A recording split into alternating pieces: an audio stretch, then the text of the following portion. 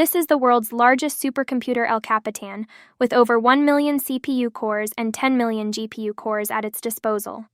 Some might call it blazingly fast, but Google just unveiled a new quantum chip named Willow that can fit in the palm of your hand and solve certain problems septillion of times faster than this future dinosaur. To put that in perspective, a problem that takes Willow 5 minutes to compute would take El Capitan this many years. That's more years than the age of the universe. Even if you had an El Capitan supercomputer for every grain of sand on Earth powered by a Dyson sphere around the sun, it would still be many times slower than Willow. But the Americans aren't the only ones making breakthroughs in the quantum computing field just days ago.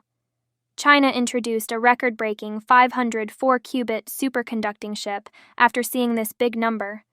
People on the internet started freaking out, because a computer this powerful could break unbreakable encryption algorithms and steal all those Hawk TWA tokens that you just yellowed your life savings into. But that's ignorant. By the end of this video, you'll understand how quantum computing actually works and why it still totally sucks. As of today, it is December 10th, 2024, and you're watching the code report on one hand. Quantum computing could lead us to a utopia that unlocks fusion energy, artificial superintelligence, and immortality with nanorobot doctors. But it also poses an existential threat to humanity. Computing at this speed means that unbreakable encryption algorithms are suddenly rendered worthless. Any hacker with a quantum computer could instantly brute force your RSA encrypted communications on the internet, or worse yet, crack your wallet's seed phrase and steal all your daddy tokens and NFTs. But despite Google and China making some big breakthroughs, this technology is still nowhere near being useful. To understand why, you first need to understand how quantum computing works. The classical computers, like the one you're using right now, rely on bits, binary zeros and ones to process information. Each bit represents a single state like a light switch, and you can combine them together to do complex things, like stream this video around the world. Quantum computers also use ones and zeros but put them in something called a quantum bit or qubit. The key difference, though, is that they can represent the quantum superposition of multiple ones and zeros at the same time. Like, you can imagine a qubit as a box with a cat inside. And when you open it, there's a certain probability that the cat will be dead or alive, but you don't know until you open it mathematically. The equation looks like this, where A and B are probabilities, called amplitudes, that the qubit will collapse to a 0 or 1 when measured, and that means one qubit can represent a ton of information and compute in parallel.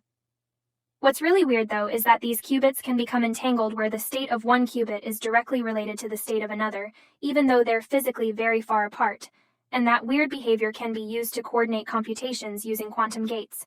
They can do things like flip a qubit and create entanglement to provide a similar purpose to logic gates in classical computers, but do so by leveraging quantum mechanics.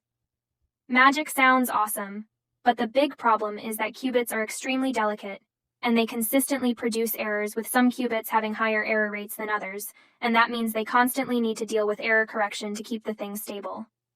Not to mention, these chips need to be kept at temperatures near absolute zero to even work, so don't expect an Apple quantum phone anytime soon. Now, one thing that's special about Google's Willow chip is that it's able to find qubits with high error rates and reconfigure them on the fly, therefore reducing the overall error rate. And what's especially weird is that the error-corrected qubits get exponentially better as they get bigger, and Willow is the first chip to ever do that.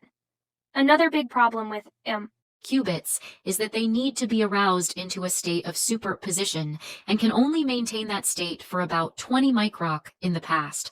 But on Willow, they've increased it by 5 times, up to 100 microc. That's still not a lot of time, but Google's next big milestone is to build a long-lived logical qubit. Willow only has 105 qubits, but can still perform certain calculations like finding the prime factors in a large number much faster than classical computers.